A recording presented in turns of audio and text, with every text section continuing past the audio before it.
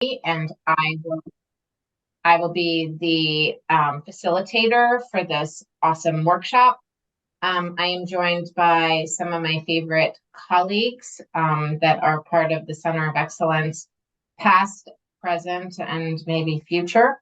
And I'm going to let each of them introduce themselves. I do want to let you know that the session is being recorded, and transcription is available through the Zoom platform. If you need that, please enable that. We also will be posting this recording on the attendee portal. So if you love the session and you want to share it with others, please point people there. I know you had a lot of good choices today, and we're really thrilled that you chose to spend some time with us. Lastly, I do want to let you know that before we begin the presentation, the views, policies, and opinions expressed in this presentation are those of the authors and do not necessarily reflect those of SAMHSA or HHS.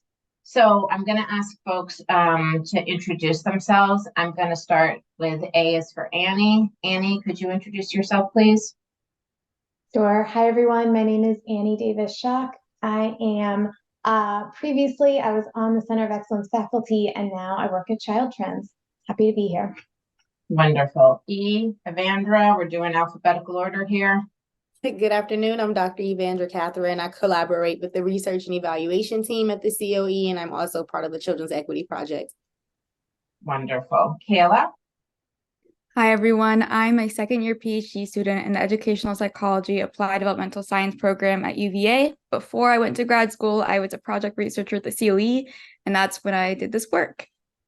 Very happy to claim Kayla for the rest of her career. Thank you.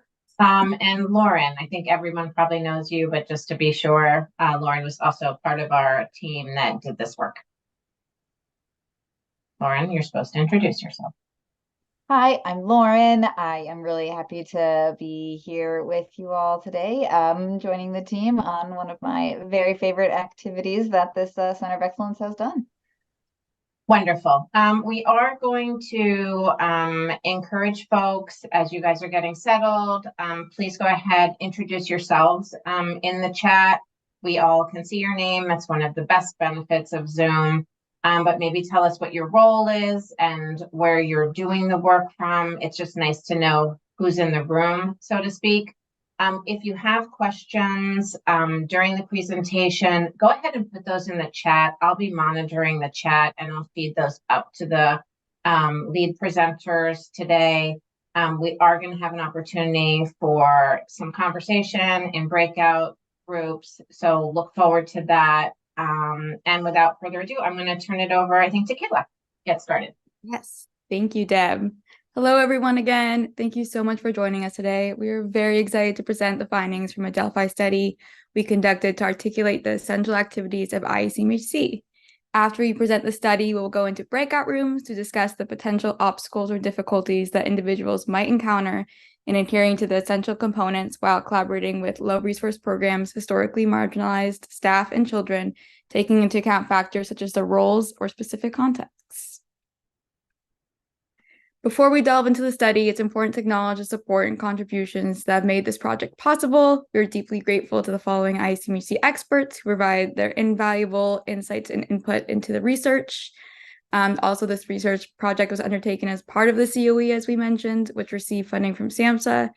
And I also would like to acknowledge my current funding stream from the Institute of Education Sciences that allowed me to engage in the preparation of the published manuscript on the Delphi study and the preparation of today's workshop. We must note that the views, policies, and opinions expressed here are those of the authors and do not necessarily reflect those of our funders. As many of you know, a defining characteristic of IECMHC is its adaptability. Consultants form responsive relationships, gain an understanding of the program's context and culture, and collaboratively design consultation plans with consultees. In contrast to many other early childhood services that prescribe specific actions through manuals, IECMHC places a strong emphasis on sharing expertise and power, allowing communities to establish their own consultation programs. This flexibility has naturally led to variations in how IECMHC is delivered, making it imperative to retrospectively define the core activities of consultation. The rapid expansion of IECMHC into diverse settings in recent years has underscored the need for a clear definition of consultation activities that can be adapted to these various contexts. Such clarity would not only support equity efforts, but also align with best practices in anti-bias interventions and may contribute to reducing racial disparities in outcomes for young children. However, many consultants report feeling uncertain about the specific actions that they can take with consultees to advance these broader goals. The study is centered on moving past the question of whether consultation works to understanding how it works. In our 2022 publication with the authors you see here, we conducted a study in which we mapped the evidence for IECMHC onto this theory of change, revealing that the majority of the research has concentrated on outcomes. There's a pressing need for further research to illuminate the consultation process. It is imperative to establish greater consistency in the implementation of IECMHC to ensure consistent benefits across diverse settings. So to do this, we conducted a study focused on the highlighted box, IECMHC activities. The purpose of the study was to articulate the essential activities of consultation. An early study examining IECMHC activities, Duran et al. 2009, who's one of our co-authors, employed qualitative data collection to inventory the activities of 6 established IECMHC programs serving early childhood education settings in diverse communities. While this early work provided insights into what consultants do, it did not comprehensively address how they do it. This includes identifying which elements of consultation are essential across different settings and which can be flexibly adapted to each unique situation. A clear and comprehensive list of activities is crucial to reduce ambiguity concerning the defining elements and activities of consultation. It helps strike a balance between communication, training, and field coherence, all while respecting the importance of relationship building. Our intention was also to incorporate the relationship and equity aspects, which I'll touch on later. So I aim to identify activities of IECMHC that are universal to all settings, not just ECE. And we wanted to make a comprehensive summary of these activities that encompass both the what consultants do and their way of being in this role. So why should we define the activities of consultation? The resulting list of IECMHC activities provides valuable guidance for programs and practitioners striving to deliver equitable and high-quality consultation across a wide range of settings. Furthermore, this list serves as a foundation for the development of a fidelity tool, which can be instrumental in guiding training, implementation, and evaluation efforts. It answers the question, what do consultants do? A question that has led to a great deal of ambiguity regarding the scope of IECMHC services. It also integrates what consultants do with how they do it, as often referred to as the consultative stance. It provides a unified roadmap for IECMHC programs and practitioners on how to implement high-quality services in any setting. Our focus is on ensuring consistency, quality, and clear communication. So to do this, we decided to pick a powerful mixed methods tool called the Delphi method. This method is closely aligned with the principles of community-based participatory research, emphasizing the importance of elevating voices with lived experience and valuing community expertise. It was initially described by the RAND Corporation. In a Delphi process, researchers identify a panel of subject matter experts and lead them through an iterative process of data collection and analysis until consensus is reached on the topic of interest. This method employs multiple rounds of researcher-created surveys, beginning with an idea generation survey, leading to one or more evaluation surveys in which panelists react to the idea synthesis that occurred after the first survey. The Delphi method has been successfully used to identify core components of related fields, such as evidence-based home visiting and reflective supervision. When it came to the recruitment of our panel of experts, our primary method was sending out a call for applications through the COE listserv. Selections balance the priorities of geographic and racial ethnic diversity, extensive professional experience with IECMHC, and high-quality responses to open-ended prompts about the consultative stance and equity. We received a total of 154 applications, and after a thorough selection process, we narrowed it down to the final 30 participants. Our participants predominantly held a Master's of Social Work, with 87% having this qualification. 20% of our participants had experience in serving tribal communities, and on average, our participants had approximately 11.6 years of professional experience and the majority of our sample, 93%, was female. As part of their acceptance to participate in the study, panelists who indicated on their application that they served non-traditional settings, i.e. anything that was not ECE, were asked to confirm which implementation setting they felt most comfortable representing.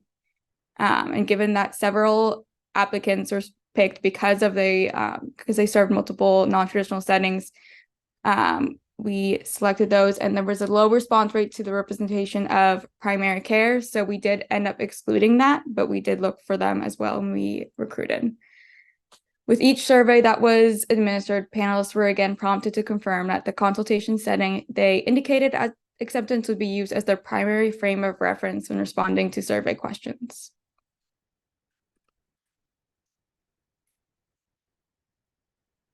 This map illustrates the geographical distribution of where our participants were engaged in consultation practices. It's worth mentioning that several participants hailed from the same state, underscoring an uneven application distribution, as we observed a higher volume of applications from states with well-established consultation models. The geographic diversity of our participants, covering states from Alaska and Hawaii to the East Coast, Midwest, and West Coast, aimed to provide as comprehensive a representation of IECMHC practice as possible. This approach allowed us to consider regional variations in consultation services for a wide range of communities. Here you can see our timeline.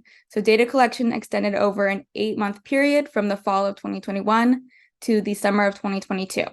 Our approach included 3 distinct surveys, which I'll talk about more later, and strategically spaced them approximately 2 months apart, enabling us to accumulate a diverse range of insights and experiences and go through the coding at our own pace. I will now go into the specific content and purpose of each of these surveys. The first survey asked a series of open-ended questions that prompted panelists to provide detailed information about the activities they perform as a mental health consultant. The primary objective of the first survey was to learn what the consultants do, and just as importantly, how they do it, incorporating considerations related to equity and relationships.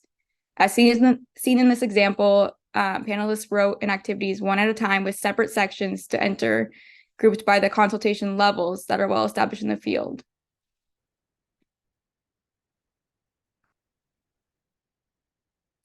For our qualitative research process, we did an exploratory content analysis of activities across various implementation settings. Concurrently, we adopted a hybrid thematic coding approach, meticulously designed to uncover universal activities within the realm of IECMHC while simultaneously magnifying the crucial dimensions of equity, enhancement, and relationship building. Our methodology featured a collaborative process involving 2 individuals who jointly reviewed each source document. This collaboration facilitated profound and meaningful conversations, enabling us to rigorously discuss and refine our coding assignments. It's essential to understand that our thematic analysis did not conform to a specific framework or theory. Instead, it demanded a deep understanding of the data and consultation to unveil hidden patterns and construct meaningful themes. This distinctive approach was characterized by a balance between inductive and deductive methods, creating a space where we didn't start with preconceived notions, but instead embarked with a profound awareness of what IECMHC represents and what the definition is, and the profound potential it holds. Our analyses were also inherently deductive, as we thoughtfully categorized responses into new activities, thereby expanding our understanding. In our research journey, we encountered challenges notably related to the team's perception of what might be missing or in need of improvement in this data, as everyone who was participating in analyzing was an expert in IECMHC. They had a lot of opinions. This perception influenced our analysis process and allowed us to maintain a dynamic and responsive approach, ensuring that our analysis was both comprehensive and reflective of the valuable insights generated from our data. Additionally, Evandra led the effort to individually extract and compile a preliminary list of equity-enhancing aspects within IECMHC. In parallel, Annie took charge of coding the responses related to the elements of IECMHC that revolved around building relationships, creating a distinct list of relationship-based aspects. These lists were thoughtfully merged with our earlier codes, accumulating in the final stage of this intensive qualitative coding process, where we arrived at a list of 5 essential items and activities that incorporated considerations for both relationships and equity.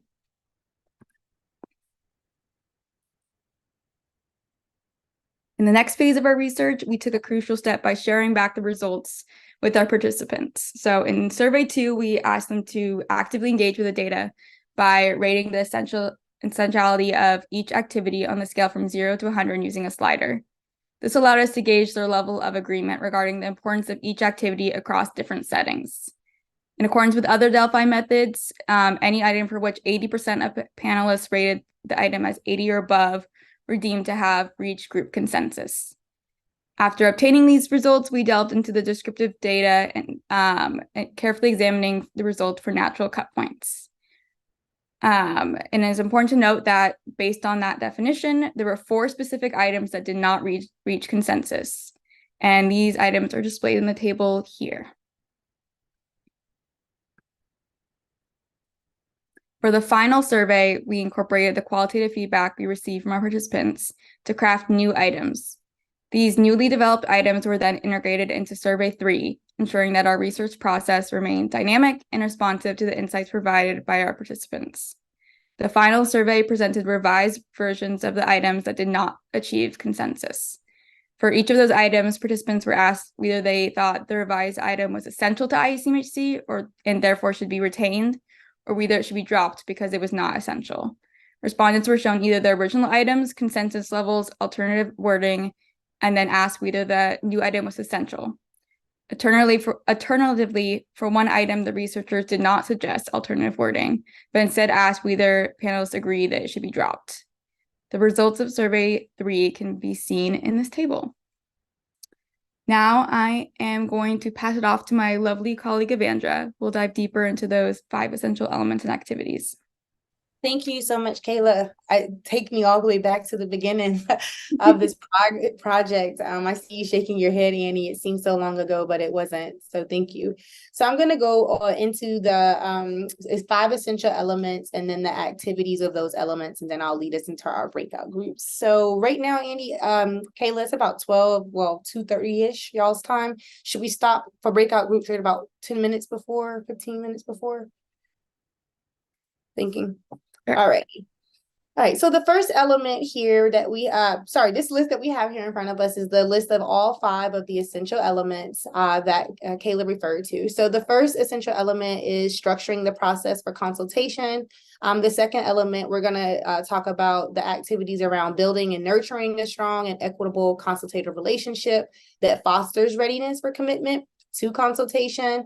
How consultants optimize consultees' capacity to support IECMH through new ways of thinking and acting, how consultants empower consultees to enhance equity in their roles, and then how they attend to their own professional skills, self-awareness, and self-care activities. And again, these are the essential elements, and then I'll get into the activities as we're thinking about what consultants do and how they do it. Next slide. So the first element is structuring the process for consultation. So some of the activities that we noted throughout this process was during the beginning of consultation, the consultants found themselves clarifying the roles and orienting consultation, identifying the essential issues or challenges that are going to be addressed in consultation, and then deciding whether individuals should engage in consultation, which individuals should engage in the consultation based on their sphere of influence.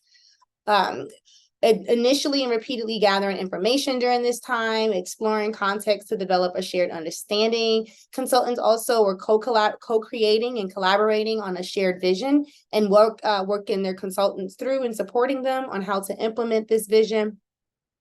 During this time, there's recommendations made or linkages made for children and families, particularly to supports and services that are contextually, culturally, and linguistically appropriate, and whenever possible, monitoring progress to make adjustment and address new ideas, and then also supporting and empowering the consultee through any type of staff transition, shifts in the focus of consultation, or case closures in the instances where consultation is time limited. The next element is centers around building and nurturing strong, equitable consultative relationships that, again, fosters readiness and that commitment to consultation. Consultants are engaging in activities in which they're establishing and maintaining rapport, trust, and respect, communicating and using best practices. Communicate using best practice interpersonal skills, both verbal and nonverbal. creating a sense and an expectation of belonging and inclusion, sharing power, value, and mutual expertise, and also allowing consultees to lead in the goal setting and decision making. And again, attending to the consultee's personal well-being while maintaining those boundaries of the consultant role. So those are some of the activities that consultants engaged in with building the nurturing, the strong, equitable relationship. Next element. So the third element focuses on how the consultants optimize consultees' capacity to support IECMHC through new ways of thinking and acting. So this is done through sharing knowledge that enhances consultees' understanding, promoting strategies that will strengthen consultees' capacity to foster those healthy, equitable, responsive relationships and environments. Again, strengthening interpersonal relationships and communication between and among the consultees' families and others who are directly or indirectly in care, and then fostering consultees' ability and inclination to reflect. Element 4 talks about empowering consultees to enhance equity. Some of the activities that are engaged in are discussing those interpersonal dynamics related to culture, bias, and discrimination within the consultative relationship, providing information and perspectives on critical equity topics, facilitating consultee reflection on systemic equity issues and how they affect the consultee and children and families, and then collaborating to develop strategies to address and identify concerned areas for improvement around equity. The fifth element is how consultants are attending to themselves and their own skills, their professional skills, and self-care. And so consultants are actively engaging in self-care. They're actively engaging in their own capacity building. Continuously building their own cultural humility and awareness around their identity and how it may affect consultation. Also, their ability to engage in potentially challenging conversations, and then exemplifying desirable skills and behaviors for consultees to adopt. So you can see we've woven throughout each of these 5 elements, as Kayla mentioned, there's a lot of focus on relationships and interpersonal and equity and thinking about how we're able to continue to build our capacity and functioning around equity issues.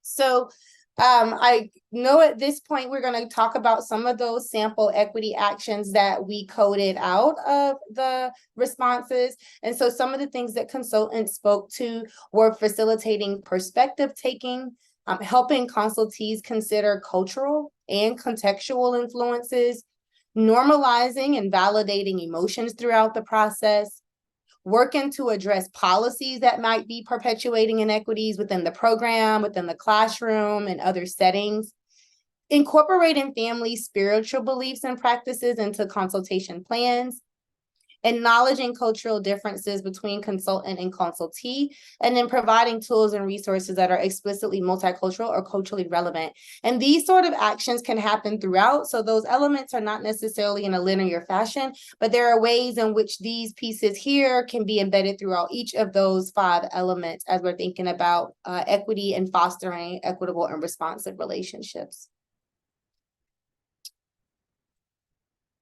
So I know this was quite a bit to take in, but we're gonna, we went through a very rigorous process to get here, but we're never beyond receiving feedback and continuous feedback to make sure that this is staying with where the field stands. And so we wanna give you all an opportunity to go into some breakout groups and possibly think about some factors based on your role or the context that you're in that might present some barriers or challenges to engaging in these elements, particularly when you're working with low resource programs, historically marginalized staff, and children. We will drop this question in the chat for you, as well as link you to the document for our Delphi study so you can refer back to it while you're in your breakout groups. So I think before we go into breakout groups, do we want to give any space for questions of clarity or just go ahead and send them over?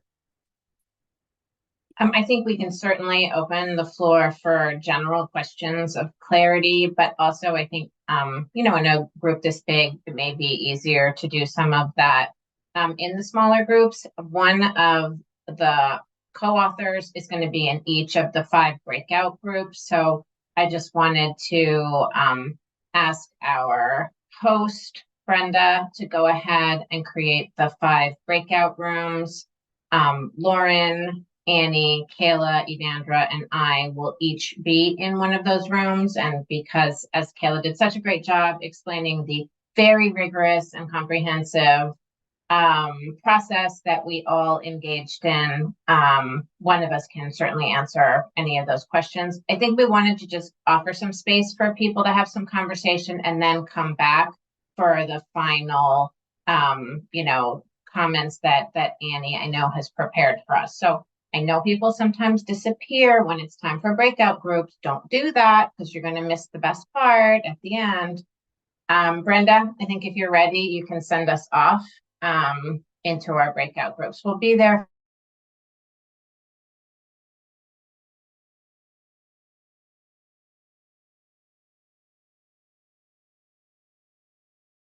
Can I say something? Can I say something super quick?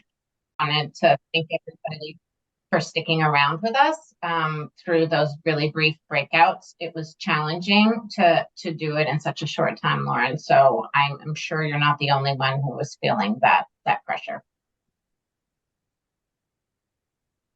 Hi, everyone. I'm looking at the time. We have about 12 minutes, correct? Or am I getting this nods? I think 12 minutes. Yes. you're Okay, right. great.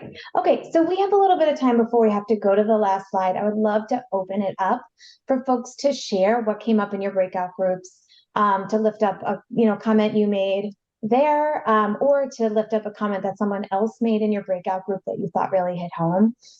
In particular, pertaining to some of the challenges of implementing these activities. It's one thing to write a list and do a research study on it and say, great, here you go.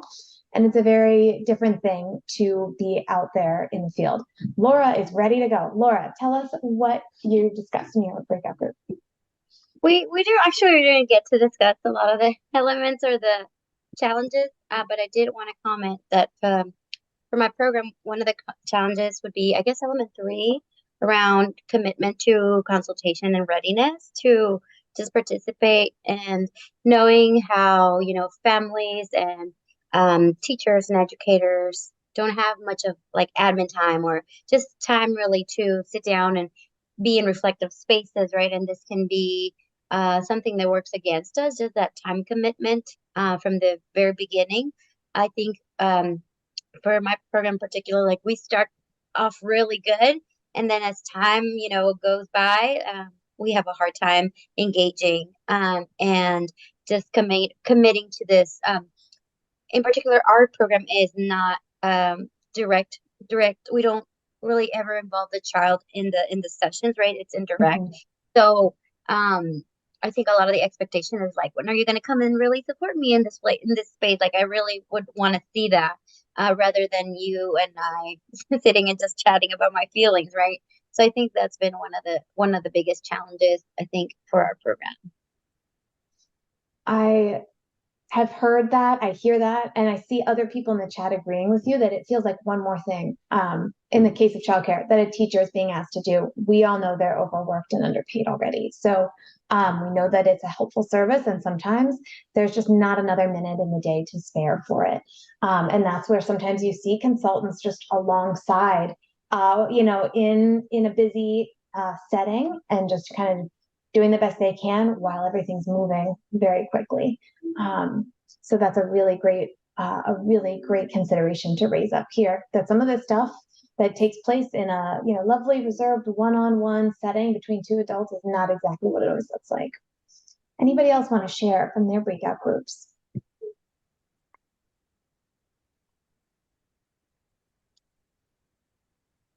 Playground time, I see.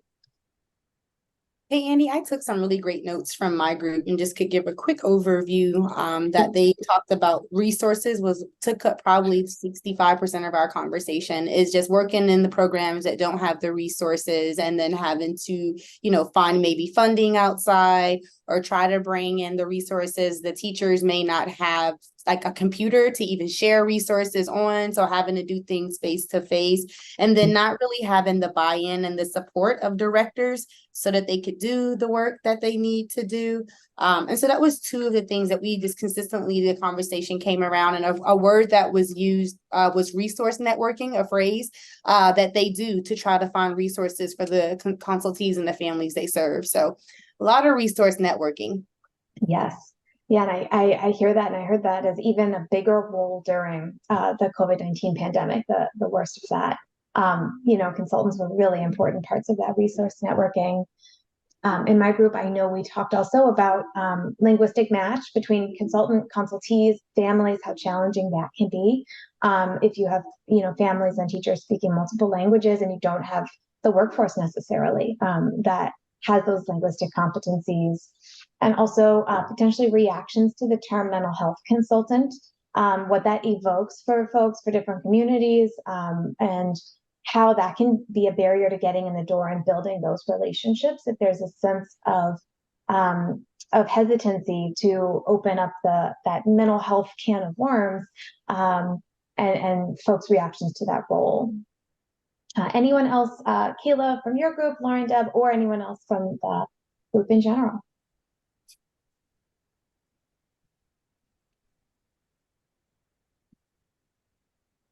I like to share one thing. Really, the theme that we were talking about the most is just the cultural match or mismatch at times between consultant, consultee, the program, the environment. There's so much in there that can just be another barrier to trying to implement this really hard work. And we were just kind of sharing, and there isn't one magic solution to any of that, but one team member was in our group was talking about getting to the root of why, if a teacher, for example, is holding a particular view that we don't think is conducive to the work, really trying to peel back that onion, what's going on there. Yeah, and that's so central, and it's really challenging, and it has to go alongside that relationship building work. So there's that trust in the relationship to go there and to talk about these topics that are very loaded for many people. And something that strikes me in this conversation too is just like, but if not the mental health consultant, then who? That's kind of the power of that role, and also the challenge. Anybody else want to share? We've got a couple more minutes.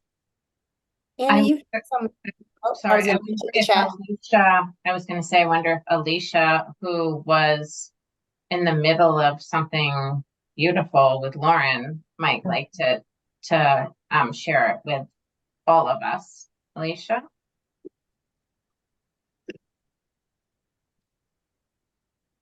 Oh, I was just saying, I think Lauren kind of summarized it beautifully.